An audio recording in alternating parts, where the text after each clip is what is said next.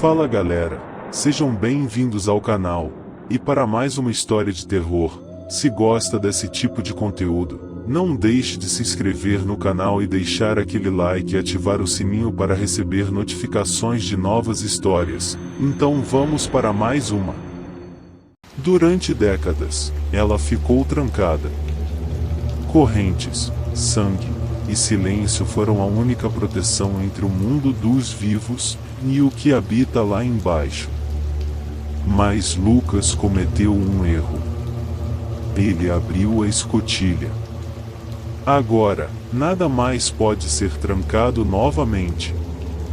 O porão que nunca deve ser aberto, a verdade sobre a casa 117. Lucas nunca foi próximo da família. Cresceu como filho único em uma casa silenciosa, criada por uma mãe rígida e um pai ausente. Tudo que herdou da infância foram silêncios mal explicados e retratos com sorrisos falsos. Quando sua mãe morreu, deixou apenas dívidas e um armário trancado que ele nunca teve coragem de forçar. Foi apenas depois do enterro que ele ouviu o nome de Joaquim Batista e um parente distante que, segundo uma conversa fragmentada com uma tia, havia se perdido no mato décadas atrás. Anos depois, já adulto, trabalhando de forma remota e com a saúde mental em frangalhos, Lucas recebeu uma ligação inesperada. Um advogado do interior do Paraná informava que ele havia sido nomeado herdeiro de uma propriedade pertencente a esse mesmo Joaquim Batista. Não havia outros parentes vivos, nem disputas legais. Apenas ele. A casa estava localizada numa cidadezinha chamada Boa Ventura de São Roque, em uma zona montanhosa, afastada até dos registros de mapas comuns. Lucas hesitou. Mas o emprego estava em crise, seu aluguel atrasado e a ideia de recomeçar em outro lugar parecia menos assustadora do que continuar como estava. Em poucas semanas, arrumou suas coisas, pegou seu carro velho e seguiu viagem rumo ao desconhecido. A estrada até Boa Ventura era estreita, sinuosa, e parecia desaparecer entre árvores que cresciam sem controle. Não havia placas, nem sinal de celular. Quando finalmente chegou à vila, o tempo parecia parado nos anos 80. As casas tinham telhados de barro e cercas tortas. As pessoas olhavam com desconfiança, como se reconhecessem nele algo que ele próprio ainda não sabia. O advogado, um homem seco e formal chamado Dr. Assis, entregou as chaves e um envelope com documentos antigos. Só um aviso, Sr. Lucas, ele disse, sem encará-lo nos olhos. A casa 117 e foi deixada com instruções específicas para nunca ser mexida. Sobretudo, no porão. Lucas deu uma risada nervosa, achando que fosse uma brincadeira mal colocada.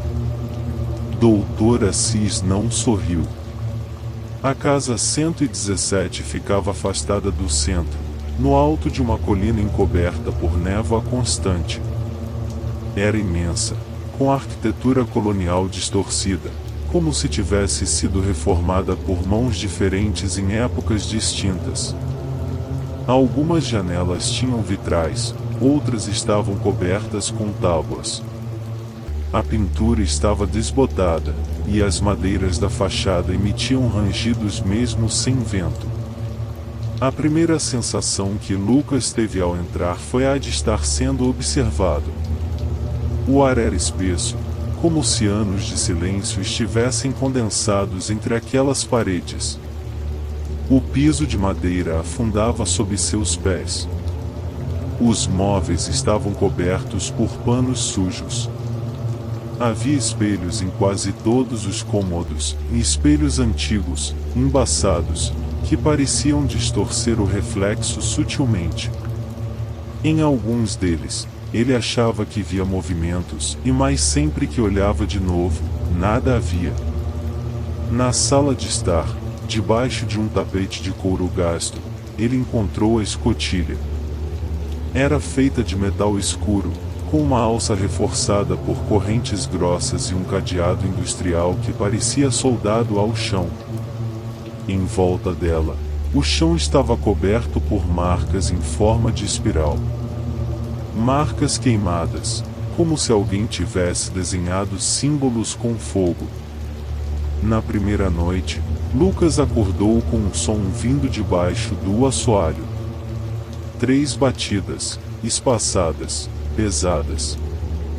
Quando olhou o celular, marcava exatamente 1h13. Ele ficou sentado na cama, paralisado, até o sol nascer. No dia seguinte, tentou ignorar. Pensou que poderia ser apenas madeira contraída pela umidade, ou algum animal. Mas quando ouviu o som novamente na noite seguinte, à mesma hora, soube que não era coincidência. Ele decidiu explorar a casa em busca de respostas. No sótão, entre caixas cheias de livros mofados, encontrou um baú com fitas VHS. 9 delas. E junto, um videocassete antigo.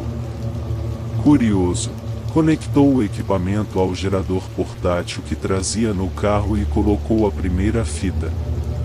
A imagem era instável. Mas, aos poucos, se formou a figura de um homem magro, envelhecido, de olhar esgotado. Era seu tio Joaquim. Dia 3. Os sussurros aumentaram. Ela chama por mim. Disse que a prisão está fraca. As correntes não seguram por muito tempo. O sangue foi pouco. Preciso reforçar, preciso alimentar. Lucas assistiu cada fita com o coração apertado. Em uma delas, Joaquim aparecia chorando, enquanto desenhava círculos no chão com o que parecia ser seu próprio sangue. Em outra, conversava com alguém fora da câmera, ou algo, e repetia o nome dela como se referisse a uma divindade oculta. Conforme os dias passavam, Lucas começou a ter sonhos estranhos. Via corredores que não conhecia dentro da casa. Portas que levavam a cômodos inexistentes. Em um dos sonhos, desceu ao porão e encontrou uma porta de madeira com olhos entalhados e centenas de olhos, todos abertos. E eles o seguiam. Ao acordar, suas mãos estavam sujas de terra. E o relógio, como sempre, marcava 1h13. Decidido a entender o que estava acontecendo, Lucas foi até a vila. Lá, procurou informações sobre Joaquim. Muitos se recusaram a falar. Mas uma senhora idosa chamada Nália, moradora antiga, aceitou conversar. Ele mexeu com coisas que ninguém deve.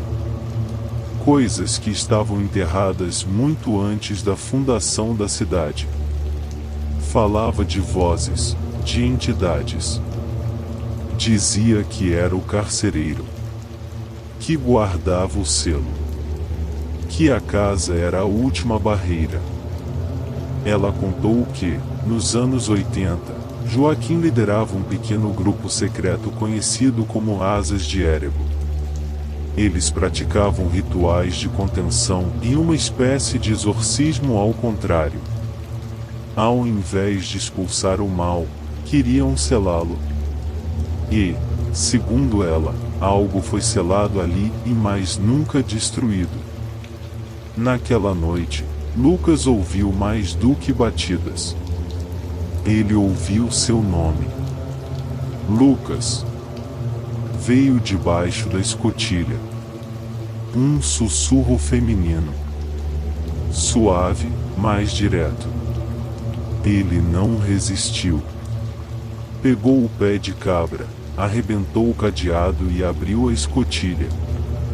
Desceu as escadas de pedra, que pareciam não ter fim. No fundo, encontrou a porta do sonho. Os olhos entalhados estavam lá. Todos abertos. Todos vivos. Ao tocar a maçaneta, a porta falou: "Você me ouviu. Agora, me veja." Ela se abriu sozinha. Lucas viu algo que não conseguia descrever. Não era corpo. Não era sombra. Era ausência. Um vazio com olhos. Olhos infinitos. E no centro, um rosto. Sem feições. Apenas olhos, e um sussurro constante que parecia vir de dentro dele mesmo. Fugiu. Trancou o porão de novo. Mas sabia que era tarde. A casa estava viva. Os espelhos mostravam versões dele que não existiam. Algumas gritavam. Outras sussurravam. Uma delas apenas observava. Os quadros mudavam de lugar. As janelas agora mostravam um deserto escuro, mesmo de dia.